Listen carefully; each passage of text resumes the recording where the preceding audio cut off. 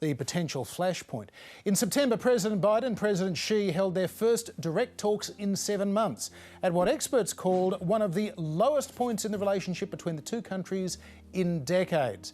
That 90-minute phone call seems to have paved the way for this week's announcement of an agreement in principle for a virtual bilateral, or what you and I would describe as a Zoom call, Chaz, between the two leaders. That's going to happen later in the year. In recent weeks, China has been sending a conspicuous number of military aircraft very close to Taiwan, which it considers a renegade province of China. And President Xi has been talking about unification, adding peaceful means is most in line with the overall interests of the Chinese nation, including the Taiwan compatriots. So he's not ruling out less than peaceful means right there, and that does help to explain why America is keen for allies like Australia to lift their defensive game with things like nuclear-powered submarines, much to Beijing's consternation. Taiwan, meanwhile, is worried. They believe that China could mount a full-scale invasion as soon as 2025. America is worried as well, John. Back in March, the then commander of the Indo-Pacific Command, Philip Davidson, testified that taking Taiwan was one of China's ambitions, and that he thought the threat from China could come in the next 6 years. In fact, America has been so worried about China's designs on Taiwan that they sent a small number of Marines to train the Taiwanese in small boat defence. They've been there for at least a year, at least until they were exposed last week. Awkward. Yeah. Now, it's fair to say that Taiwan's status is a little bit complicated. Even in Taiwan itself, some political leaders claim independence, others autonomy from China's. Others still claim to be the rightful rulers of mainland China itself. For more than 20 years after the communist takeover in China in 1949, most countries still recognise the nationalists who fled to Taiwan as the legitimate rulers of the mainland. But since the 1970s, the United States and countries like Australia have recognised the communist-led People's Republic of China as China. At the same time, the United States also maintains relations with the people of Taiwan and the Taiwanese government. It is all deliberately very ambiguous, and it has long been assumed that the United States would help Taiwan defend itself from communist Chinese attack, dissuading China from even trying by giving them a lot of military aid. This week, President Biden said something interesting. Well, I've spoken with Xi about Taiwan. We agree, we'll abide by the Taiwan Agreement. That's where we are. And we made it clear that I don't think he should be doing anything other than abiding by the agreement. Well, that's a relief, Chaz. But what is the Taiwan Agreement? Well, officially, there is no Taiwan Agreement. So, was that a Joe Biden gaffe? Did he tip his hand on a secret deal? Or is he just talking about that ambiguous status quo? Some think that he's referring to the Taiwan Relations Act. That was a law passed in 1979, but doesn't really help much because that supposedly maintains peace, security and stability in the Western Pacific by maintaining friendly commercial, cultural and other relations. In other words, it also means absolutely nothing. So, I don't know. Should we ask someone smart what's going on? Very good idea. Joining us is Lynn, Director of the China Power Project at the Centre for Strategic and International Studies in Washington. She's also a former advisor on China and Taiwan in both the Obama and Trump Defence Departments. Dr. Lynn, welcome to Planet America. Thank you very much. Thank you for the invitation and glad to be here. When President Biden talked this week about both sides sticking to the Taiwan Agreement when there isn't one, what do you think he actually meant? I think what President Biden meant was that the United States continues to adhere to the U.S. One China policy. I don't think in any way he meant that there is a new agreement on Taiwan or there's a new U.S. policy on Taiwan. The U.S. policy for Taiwan largely remains the same. And I think what the Chinese wanted to hear from that was that the United States does not take a position, for example, on the merits of China's one country, two systems approach. The United States does not support Taiwan's independence. And along with what I was mentioning, the continuity of the U.S. one China policy, it's still that the United States insists on a peaceful resolution of the cross-strait differences and imposes any unilateral change of status quo by either side. Dr. Lynn, according to the outgoing commander of the US Indo-Pacific Command, China is likely to attack Taiwan within 6 years. Do you agree? Personally, I'm not sure I agree. And I think there is quite a bit of nuance to Admiral Davison's statement. So I think what he was talking about was that China might have the capability by 2027 to launch a potential successful invasion of Taiwan. I am more of the statement, more in line of what General Milley, basically chairman of our Joint Chiefs of Staff, his statement was, it might be possible that China does reaches some level of capability by 2027, but that is not necessarily the same as having intent to invade. And so his statement was more or less of a much more caveat and nuanced perspective on looking at where China might be with respect to Taiwan.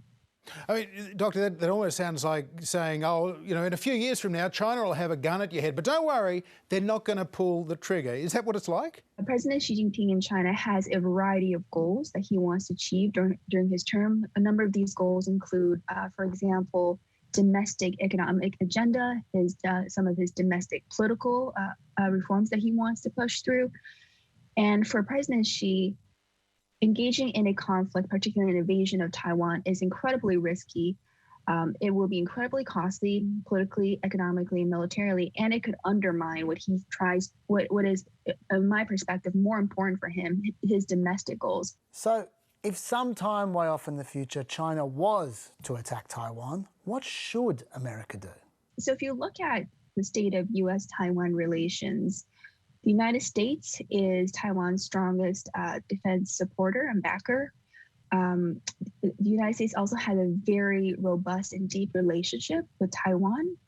And if you look at recent polling from the United States, we're now seeing that over 50% of the U.S. public support U.S. defending Taiwan from a Chinese invasion.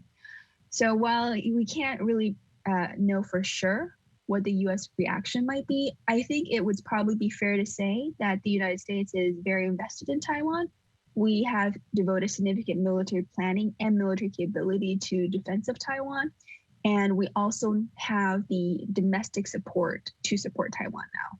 Thinking about this from Taiwan's perspective for a second, how should Taiwan react to China flying sorties in its airspace literally every second day? So I think Taiwan's initial response to this increasingly almost daily incursion from the PLA into its air defense identification zone was to scramble fighter jets and scramble aircraft in order to intercept Chinese intrusions.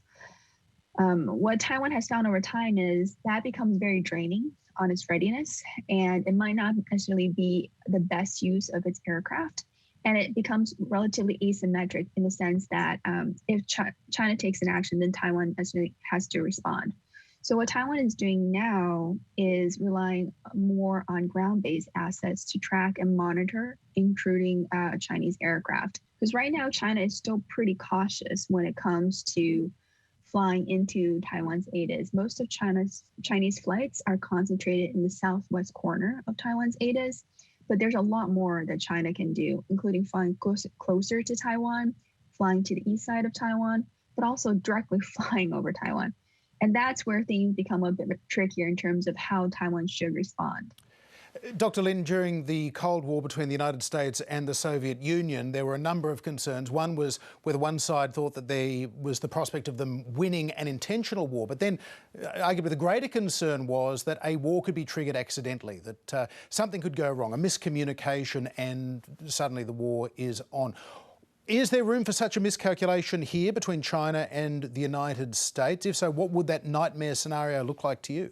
If China, for example, decides to move closer and make those incursions larger, more frequent, and potentially more aggressive, there is a real risk that Taiwan pilots or Taiwan's Air Force might view some of the Chinese activities as having hostile intent. Then it becomes a question of, does Taiwan either aggressively intercept or force the Chinese aircraft to land? Or maybe in a worst case scenario, does Taiwan shoot down the Chinese aircraft, or there might be a collision between the Taiwan and Chinese aircraft? in that case right now, I don't think it would necessarily immediately spark a China-Taiwan war, and necessarily from that would it necessarily be a U.S.-China conflict. But I do think we don't necessarily have the existing crisis communication channels between China and Taiwan to properly manage that. And there is a risk that on both sides of the strait, a significant national sentiment could complicate any way in which both sides might seek to de-escalate that. Dr. Bonnie Lynn, good to talk to you. Thanks for being with us on Planet America. Thank you very much. Ah, doesn't that look cosy? Let's have a fireside chat, Chaz. Lots to catch up on over the last couple of weeks since we were last on the air, including some important developments in the Texas abortion case. In case you forgot, that is the law that was introduced in Texas, effectively outlawing abortions, including in cases of rape and incest, after 6 weeks pregnancy. And we knew a couple of weeks ago the courts were going to get involved. They have. They have been involved, and they've been changing their minds every couple of days. We've had situations where we've had days where the law has been upheld, days where the law there's been injunction placed on it. At the moment, I believe it's in action right now. But any day it could be, the injunction could be placed on it again. Yes, exactly. So as a result, a lot of abortion providers in Texas, because this law has a retrospectivity about it, which allows for private citizens to get involved and to get a $10,000 bounty for dobbing in an abortion provider, it means that, well, my understanding is, from reports on the ground, nobody's really providing abortion services to anyone more than 6 weeks pregnant at the moment because they don't want to take that risk. Yeah, it's interesting because in America, they have a very low rate of medicated abortions by taking pills. Like that's 40% basically in America, whereas in countries like Europe, or continents like Europe, it's closer to 100% medicated abortion. So you might see in Texas, even though it's strictly speaking illegal to do that as well, people buying pills through the internet. Just wait until that issue gets drawn into the prescription drug prices debate. Are abortion pills going to be subsidised by the government, they'll be asking. One very quick thing before we move on though. It's really interesting that in the last 3 months, the percentage of Democrats who regard abortion as a very important issue has shot up from the mid-30s, over 50%. Republicans has gone down from the 40s down to 35%. So now it's actually a bigger issue for Democrats than for Republicans. And depending on what the Supreme Court do in the next year or so, this could become the issue for Democrats in the midterms. Yeah, for sure. And the Virginia governor's race, which voting has already started in that as well. So that's definitely a live issue. The January 6th Commission, the investigation into the pro-Trump riot at the Capitol building, that's also tied up in the courts at the moment. The commissioners, Democrat-dominated committee, have been issuing subpoenas to people who were around Donald Trump and in the Justice Department. At the time, Trump from Florida is saying, executive privilege, don't go and talk to them. Some have not, and those who have not, like Steve Bannon, may end up in court. Yeah, now generally it's not the right of an ex-president to say executive privilege, it's the right of the current president to decide whether it's executive privilege. Trump is asserting it and he's going to go to court and try and get the courts to side with him. Steve Bannon is a critical example because most of the people involved were working for Trump at the time when he was president, and so that's a logical argument to say that their personal private advice should remain secret. Steve Bannon, he had nothing to do with the government. He was just a dude with a podcast. He left in 2017. Yeah, so for him to claim executive privilege, for Trump to claim executive privilege over his communication with Steve Bannon, ridiculous. There's no chance that's going to be upheld by court, but they have to go through the court process. Is that going to take a week? Is it going to take till after the midterms when the Democrats may no longer be in control of the commission? We'll see, but this is going to be really interesting. Now the question is, are they going to prosecute him for contempt at the same time as the court case is going forward? Because if they want to play hardball, it's available to them. The difference, I guess, is it's Joe Biden's Department of Justice that will set up the case against Steve Bannon to decide whether he goes to jail for a year and is fined $100,000, which is the maximum penalty for contempt of Congress in the face of a subpoena like this. And Democrats don't mind if this goes into next year. If they have people around Trump that are getting dragged in front of their committee next year, closer to the midterms, That's good for them, but as you say, if it's after the midterms, no good for them at all. Absolutely. What might happen as well is it might take about a year for these court cases to go through with Steve Bannon, seeing a precedent for less executive privilege just in time for the Republican Congress to then investigate Joe Biden, both now and after he's president. What goes around comes around. Yes. And just quickly as well, as a bit of economic data has come out, gas prices, petrol prices are on the way up in the United States. So, you know, even though some of the concerns around inflation, for instance, may have been tempered a little bit, consumer prices are going up. But when people see a 3 in front of their gas prices, a gallon of petrol is now about like $3.20 in somewhere like Florida this week. They're used to it being like $1.60, $1.70. Yeah, they are. And we shouldn't brush past inflation because it's still 5.4% over last year. We are expecting that to be the case, but it's hanging around there. Let's not forget unemployment figures as well. I think it was 194,000 new jobs, which for America is not very high, especially coming out of a pandemic. Yep. Last month was also 235,000, not high. They're hoping for more than 500,000 new jobs every month. So that word that was bandying around before in the show, malaise, with that and the gas prices, it's getting a little bit dodgy. Now, before we go, let's bust some malarkey.